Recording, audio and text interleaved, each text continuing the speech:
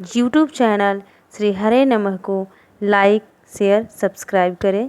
धन्यवाद। ऐसी ही जगह श्री सनकादिक जी ने भक्ति महारानी को बताई।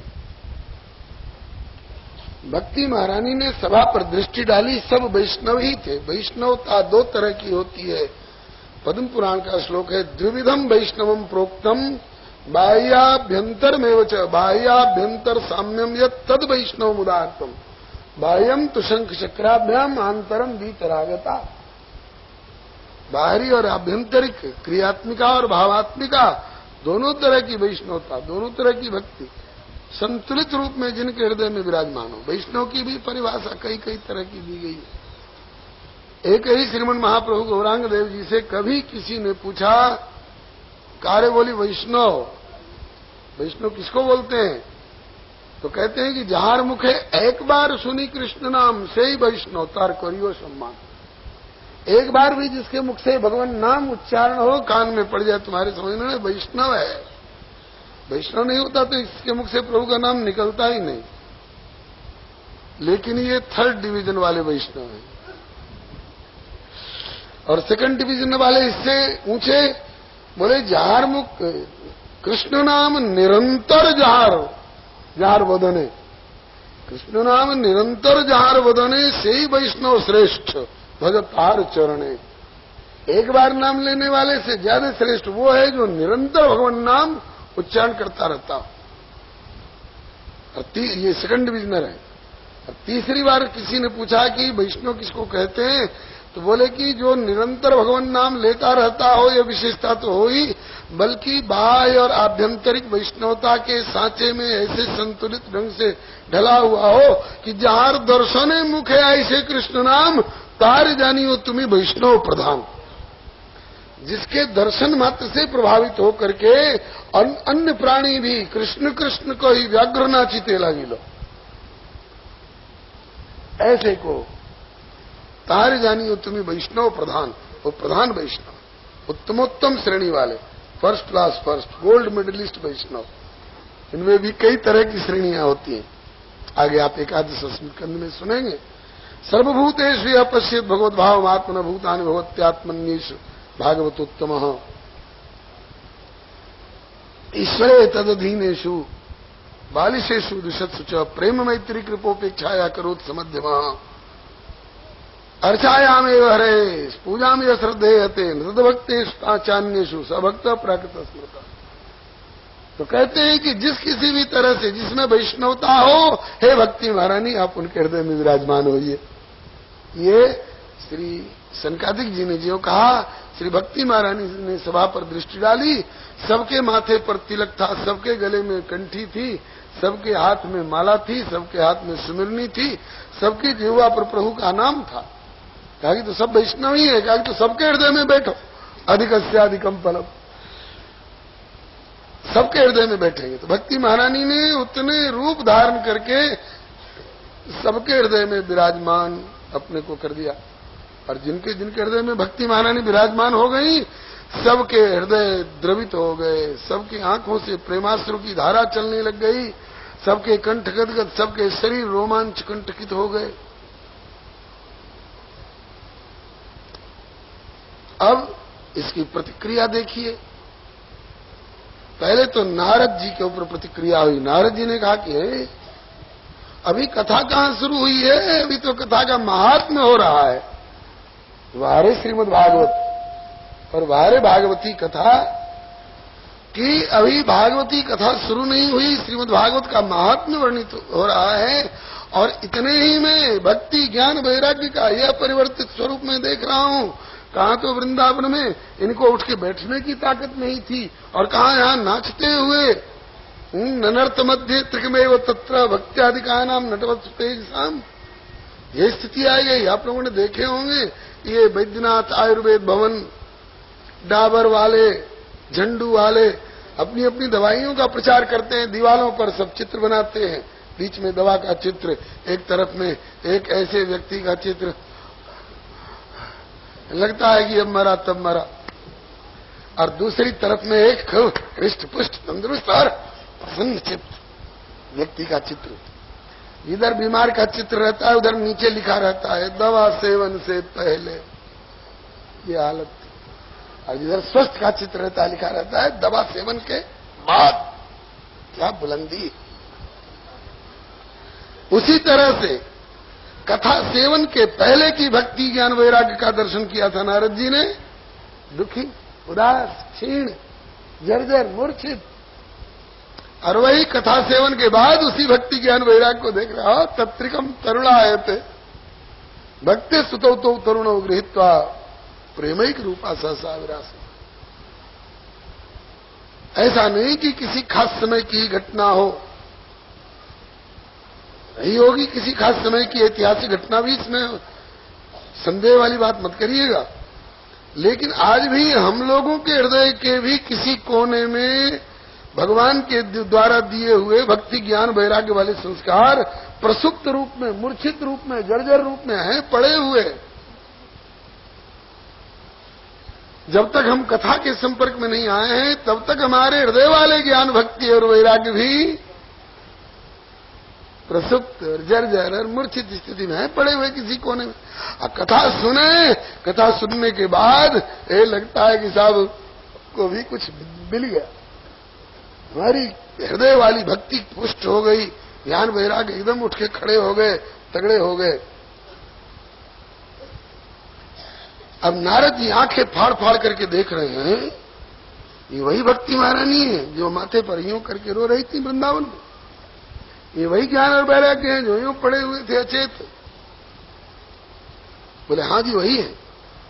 बड़ा चमत्कार निकला भाई कथा में। ये कथा का रस जो है बड़ा चमत्कार पूर्ण रस सिद्ध हुआ। ये तो हमने प्रत्यक्ष देखा। और इसकी और प्रतिक्रिया देखिए, इसकी प्रतिक्रिया वैकुंठ तक हुई। भगवान अथ वैष्णव चित्तेषु दृष्ट्वा भक्तिमलौकिकीं निजलोकं परित्यज्य भगवान भक्तवत्सलः वनमाली घनश्यामः पीतवासा मनोहरः कांची कलापुरुषरो लसन्मुकुटकुण्डलः त्रिभंग ललितश्चारुकौस्तुभेन विराजितः कोटिमन्मथलावण्यो हरिचंदन चर्चितः परमानंद चिन्मूर्तिर्मधुरो मुरलीधरः आविवेश स्वभक्तानां हृदयान्यमलानि च। भगवान अपना धाम छोड़ करके दौड़ करके आए।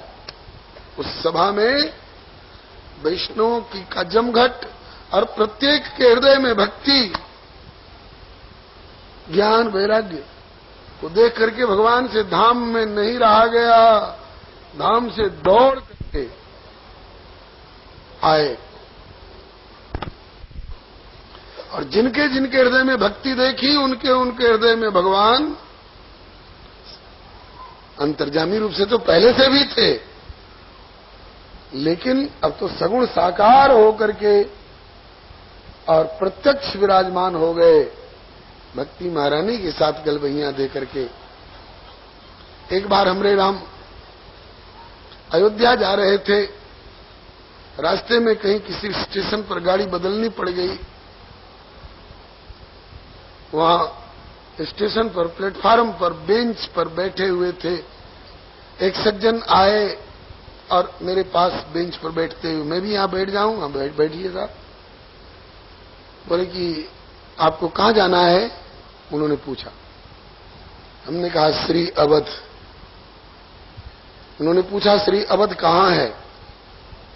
हमको आश्चर्य हुआ कि श्री अवध का निकटवर्ती व्यक्ति पूछ रहा है अवध कहां है। इसका मतलब कि ये भौगोलिक धरातल से नहीं पूछ रहा है, किसी और धरातल से पूछ रहा। मैंने कहा कि अवध तहां जहां राम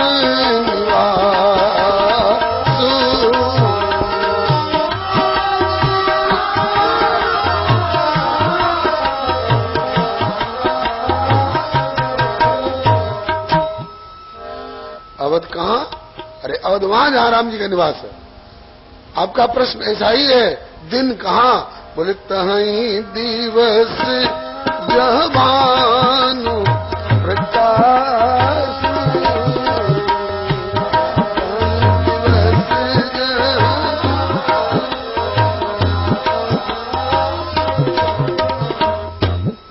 जहां वहीं ऐसे ही जहां भक्ति वहां भगवान, और जहां भगवान वहीं अवध, वहीं वृंदावन। ध्यान घन श्याम का दीवाना बना देता है, बाग दुनिया को भी वीराना बना देता है। समाए इश्क ने ओ दिल मेरा किया रोशन, समाए इश्क ने ओ दिल मेरा किया रोशन, दिनों दुनिया को भी परवाना बना देता है, दिनों दुनिया को भी परवाना।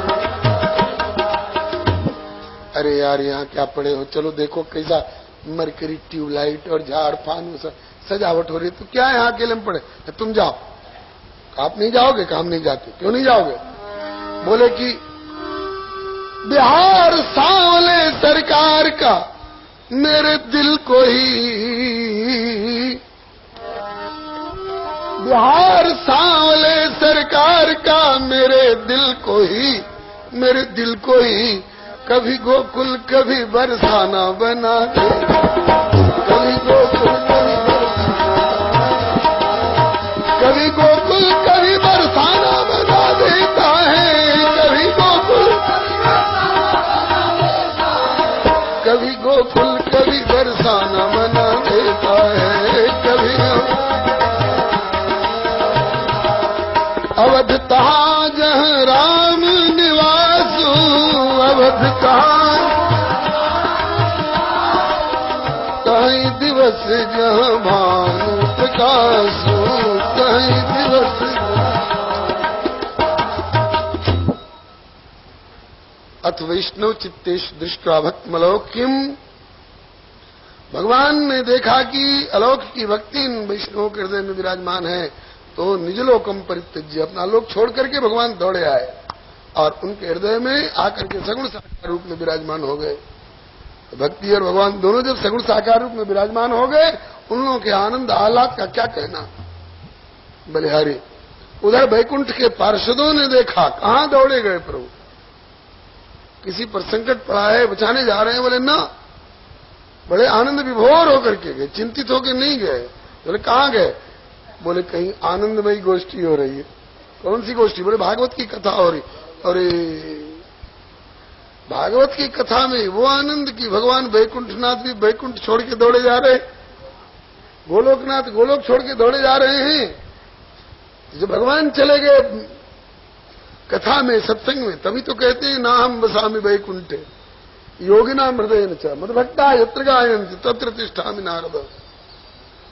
जब भगवान सत्संग गोष्ठी में कथा में दौड़े जा रहे हैं, इसका मतलब कि कथा का आनंद वैकुंठ के आनंद से भी ज्यादा तगड़ा आनंद है। तभी तो श्री कबीरदास जी कहते हैं कि आवा बुलावा राम का तो कबीरा दीना रोए, क्योंकि जो सुख है सत्संग में सो वैकुंठ न हो। तो कहा कि जब भगवान धाम छोड़ करके धरती पर चले गए तो हम धाम में बैठे क्या करेंगे, हम किसको पंखा जलेंगे, हम किसके ऊपर चमड़ डुलावेंगे, चलो वहीं चलो। तो वैकुंठ वासिनो ये च वैष्णवा उद्धवादय। वैकुंठ का मतलब कोई संकीर्ण अर्थ नहीं लेंगे, साकेत वैकुंठ, गोलोक वैकुंठ, ये सब वैकुंठ ही है। कुंठा से रहित भगवत धाम, माया जन्य विकार से रहित भगवत धाम। तो भगवान धाम छोड़कर चले गए तो भगवान के पार्षद भी वैष्णवा उद्धवादय, ये वैकुंठवासी लोग हैं। उद्धव जी हैं, प्रहलाद जी हैं, ये लोग भी दौड़ दौड़ के आए। और कैसे आए? बोले कि गूढ़ रूपेण संस्थिता, छिप करके, साधारण लोगों जैसा भेष बना बना करके। और चतुर्भुज रूप में आते ना तो सब लोग इन्हीं की ओर देखने लग जाते, ये कौन है, कहां से आए, कैसे आए। इसलिए कथा में ऐसे ढंग से मत जाओ कि कथा से ध्यान हटकर सब आप ही को देखने लग जाए। हाँ, ग्वालियर वाले बाबा 3 उदाहरण देते। करा वाले बाबा, बकरी को प्यास लगती है, सरोवर के किनारे जाती है, सरोवर में प्रवेश नहीं करती है, जल के तट पर जाकर अपने आगे वाले दोनों पैर का घुटना मोड़ करके पानी पी लेती है, चल देती है, पानी गंदा नहीं हुआ। गाय पहुंचती है तो पिछले पैर बाहर रहते हैं जमीन पर, और आगे वाले केवल 2 पैर एक कदम आगे जल में रखती है, और फिर मुंह डाल के पानी पी लेती है, निकल के चली जाती है। पानी गंदा नहीं होता। और भैंस आती है तो अरे राम, उसका बस चले तो पूरे तालाब को पानी नहीं रहने दे, कीचड़ बना दे।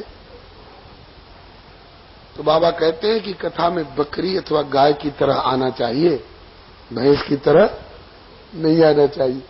ये नहीं कि आए सबसे पीछे और बैठेंगे सबसे आगे, इनको लांघते और उनको कुचलते और उनको अपमानित करते। नहीं हो सकता है इनमें कहीं हनुमान जी बैठे हो, कहीं प्रहलाद जी बैठे हो, कहीं उद्धव बैठे हो, इनमें कहीं लक्ष्मी, कहीं सरस्वती, कहीं पार्वती बैठी आती है, किसी का अपमान न हो जाए, इसलिए गूढ़ रूपेण संस्थिता। शंकर जी भी जाते हैं कथा सुनने के लिए नीलगिरी पर्वत पर, वहां पक्षियों का समाज होता है, सुने सकल मति विमल मराला। इसलिए शंकर भगवान कहते हैं कि मैं डमरू त्रिशूल लेकर नहीं जाऊंगा कथा सुनने के लिए। कैसे जाओगे? बोले मैं कछु काल मराल तनु धरित कीन निवास।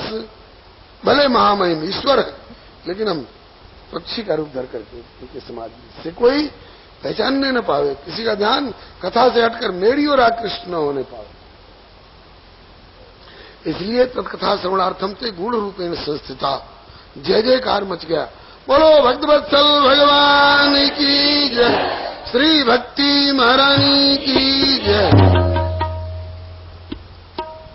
नारद जी ने कहा कि ओहो, मेरा कथा का आयोजन करना सचमुच में सफल हो गया। एतदर्थम तो सत्कर्म सुरर्षे तुम समाचार, वो काम सफल हो गया। जय श्री राम, हो गया काम। बोलो भक्तवत्सल भगवान की। हो गया ना काम।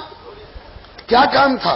यही काम था, नारद जी ने कहा था कि आपके दोनों पुत्रों की कमजोरी, बुढ़ापा और मूर्छा सब दूर होगी, और दोनों पुत्रों सहित आपकी घर घर में और व्यक्ति व्यक्ति के हृदय में प्रतिष्ठा करूंगा। हुआ कि नहीं? हो गया। आज तक होता चला आ रहा है। ये नारद जी का संकल्प पूरा हो रहा है। मानो कलयुगी इतिहासांतर्गत वह दिन आया था, जब हरिजन की कौन कहे विमुखों ने हरि गुण गाया था। जब श्री रामानंद कबीर सूर तुलसी का आविर्भाव हुआ, श्रीहित हरिवंश चंद्रकृत हरिभक्ति का प्रकट प्रभाव हुआ। श्री रामानुज शंकराचार्य ने भक्ति हेतु तन धारा था। यहाँ तक कि श्री कृष्ण चंद्र ने गौरचंद्र बन भक्ति सुजस विस्तारा। श्री समर्थ गुरु रामदास रैदास दीवानी मीरा जी, नरसी नानक नाम देव ने भक्ति कीर्ति कर दी ताजी। इस प्रकार मुनि नारद की हो गई सत्य श्री मुखबानी। ये नारद बाबा का संकल्प है। रद्द कैसे हो जाएगा? आज उन समस्त सभा के श्रोताओं को भक्ति और भगवान की उपलब्धि देख करके और इनकी दशा देख करके नारद जी बहुत प्रसन्न हुए। मेरा कथा का आयोजन करना सफल हुआ। लेकिन तुरंत एक और प्रश्न कर बैठे, एक और तरफ ध्यान चला गया। कहने लग गए कि भगवान, आज तो मैंने अलौकिकोयम महिमा मुनीश्वरा सप्ताहजन्योद्य विलोकितो मया मूढ़ा सठाये पशु पक्षिणोत्र सर्वे निष्पाप्तमा भवंती। यहाँ के वैष्णव मानव लोग जो हैं वो तो कृत्यता का अनुभव कर ही रहे महाराज। यहाँ के पशु पक्षी भी हमको तो कृतकृत्य जैसे लग रहे हैं। मानुष हो तो वही रस खान, बसों ब्रज गोकुल गांव के ग्वारन। जो पशु हो तो कहा बस मेरो चरो नित्यानंद की धेनु बजारम। वाहन हो तो वही गिर को तो धर्यो कर छत्र पुरंदर धारण। और जो खग हो तो बसेरो करो नित कालिंदी कूल कदम्ब की डारन। उर ऊपर नित्य रहूं लटकाए अपनी बनमाल का फूल बना दे। लहरें टकराती रहे जिससे वह पुण्य कालिंदी का कूल बना दे। कर कंज से थामे रहो जिसको उस वृक्ष कदम्ब का मूल बना दे। पद पंकज तेरे छुएंगे कभी ब्रजराज मुझे ब्रज धूल बना दे। जहाँ भगवान की भक्ति, जहाँ भगवान के भक्त, जहाँ भगवान की कथा, वहाँ के मूढ़ा सठा ये पशु पक्षिणोत्र सर्वे निष्पापतमा भवंती। धन धन वृंदावन की चींटी महाप्रसाद को किनका लेके जाए विले में बेटी। धन धन वृंदावन के कुकुर पावे संत प्रसाद तो बैठ मुँह ताके टुकुर टुकुर। मूढ़ा सठा ये पशु पक्षिणोत्र सर्वे निष्पापतमा भवंती। तवदास्य सुखैक संगिनाम भवने स्वस्वपि कीट जन्म इतरा अवस्थे सुनाथ मास्मभूत अपि में जन्म चतुर्मुखा। नारद जी कह रहे हैं कि यहाँ के पशु पक्षियों की भी अलौकिकोयम महिमा मुनीश्वरा। देखी मैंने अलौकिक महिमा श्रीमद् भागवती कथा की। अब ध्यान नारद जी का गया उन लोगों पर जो कहीं ताश खेल रहे थे, जो शतरंज खेल रहे थे, जुआ खेल रहे थे, शराब पी करके सड़ी मोरी में पड़े हुए थे, कुत्ता पेशाब कर रहा था उनके मुंह पर, जो किसी की जेब पर थोड़ा इसका ध्यान उधर जाए तो यूं कर ले। ऐसे पापियों की ओर ध्यान गया नारद जी का। तो नारद जी पूछ बैठे कि भगवान ये वैष्णव जो पहले से है भगवत परायण, इन लोगों को कथा से लाभान्वित होते तो मैंने देखा, लेकिन क्या जो पापी लोग हैं वो भी इस कथा से लाभ प्राप्त कर सकते हैं क्या? कर सकते हैं, लेकिन दूरे हरि कथा के चित दूरे चाचित कीर्तना। दूर रहेंगे तब नहीं, आवे मंडप लाभ लें। दूध फायदा करता है, घी फायदा करता है, ताकत देता है, फल और उसका जूस ताकत देता है, लेकिन फ्रिज में रख दें, ताला मार के अलमारी में बंद कर दें तो क्या हो? घी के पीपा को फायदा कर देगा? उसको पीना पड़ेगा और पचाना पड़ेगा। इसी तरह से श्रीमद् भागवत रस को पिए और पचावें तो महाराज पापियों को भी ये रस फायदा करता है, कल्याण करता है। कभी किसी पापी का कल्याण हुआ? और कैसे कैसे पापी शुद्ध हो सकते हैं? के विशुद्ध्यन्ते वदन्तु मह्यम सप्ताह यज्ञेन कथामयेन कृपालुभिर्लोकितं विचार्य प्रकाशितः कोपि नवीन मार्ग। आप जैसे कृपालुओं के द्वारा ये कोई नवीन मार्ग प्रकाशित कर दिया गया महाराज। कैसे कैसे पापी शुद्ध हो सकते हैं? तो पापियों की और पापों की एक सूची दे रहे हैं। केवल पढ़ दिया जाए श्लोक अर्थ स्पष्ट हो जाता है। बोले कि ये मानवा पाप कृतस्तु सर्वदा सदा दुराचार रता विमार्गगा क्रोधाग्निदग्धा कुटिलाश्च कामिनः ऐसे भी सप्ताह यज्ञेन कलौ पुनन्तिते सत्येन हीनाः पितृमातृदूषकाः तृष्णाकुलाश्च श्रमधर्मवर्जिताः ये दाम्भिका मत्सरणोपहिंसकाः सप्ताह यज्ञेन कलौ पुनन्तिते पंचोग्रपापाः छल छद्मकारिणः क्रूरा पिशाचा इव निर्दयाश्च ब्रह्मस्पुष्टा व्यभिचारकारिण सप्ताह यज्ञेन कलौ पुनन्तिते। मतलब संसार के जे पातक उपपातक अहि कर्म वचन मन भव कभी कहीं, सारे के सारे पातक भी जिसने अपने जीवन में अकेले किए हों और पराकाष्ठा पर पहुंचा के किए हों, ऐसा भी कोई हो और वह भी कथा के आश्रय में आ जाए तो ये कथा भगवती उसको भी पवित्र करके भगवत धाम पहुंचा देती हैं, भगवान से मिला देती हैं। कभी ऐसे किसी पापी का कल्याण हुआ है? बोले कि धुंधकारी सरीखे पापी का जब कल्याण कर दिया इस कथा ने तो साधारण लोगों की कौन कहे महाराज ये धुंधकारी कौन था? और सबसे बड़ा पापी कैसे साबित हुआ? तब अब आगे कथा बढ़ाते हैं। भारत के दक्षिणी भाग में तुंगभद्रा नाम की एक नदी है। उस नदी के किनारे बड़ा सुंदर नगर था। उस नगर के रहने वाले सभी तरह से खुशहाल थे। उनमें एक पंडित आत्मदेव शर्मा नाम के ब्राह्मण भी थे। बड़े विद्वान, बड़े धनाढ्य, बड़े प्रतिष्ठित, सब कुछ था, लेकिन उनके कोई संतान नहीं थी, पुत्र नहीं था। उनके तो पुत्र था ही नहीं, वो गैया पालते पोसते थे, तो उनकी पाली पोसी गैया भी बंध्या रह जाती थी। इतना ही नहीं, अपने हाथ से अपनी फुलवारी में एक पौधा भी रोप देते, तो चाहे वो फूल का पौधा होता चाहे फल का पौधा होता, उसमें न फूल लगते न फल लगते, ऐसे बनरिया के रह जाता था, उसका कुड़िया के रह जाता था। इस बात की उनको स्वयं ग्लानि तो थी ही, बस्ती भर में इस बात की चर्चा थी, कैसा पापी है, ब्राह्मण के घर में जन्म पाकर के भी पूर्व जन्म का कैसा इसका पाप है कि इसको संतान नहीं, इसके गैया को संतान नहीं, इसके पेड़ पौधे में फूल और फल।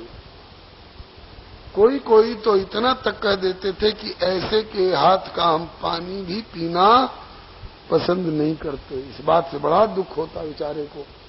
यद्यपि जग दारुण दुख नाना, अनेक प्रकार के दुख हैं, लेकिन सबते कठिन जाति अपमान। अपनों के बीच में अपमानित और बहिष्कृत होकर के रहना ये बहुत कठिन दुख है। इनने सोचा ऐसे अपनों के बीच में अपमानित, बहिष्कृत, तिरस्कृत होकर के रहना, जीना, इससे तो अच्छा है मर जाना। कहाँ जाके मर जाना? घर में जहर खा के मर जाना? बोले ना, आत्महत्या का पाप लगेगा। कैसे मरोगे? बोले मोह मरिबे को नेम है, मरो तो हरि के द्वार, कबहू तो हरि पूछिए कि कौन पर्यो दरबार।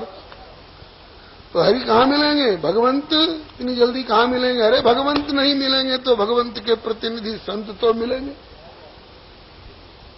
जंगल में चलो, जंगल में, जंगल में बड़े बड़े सिद्ध कोटि के ऋषि मुनि महात्मा होते हैं, और उनमें इतनी ताकत होती है कि जो न करे लकीर सो करे फकीर। जो बात दवा से हो न सके वो संत दुआ से होती है।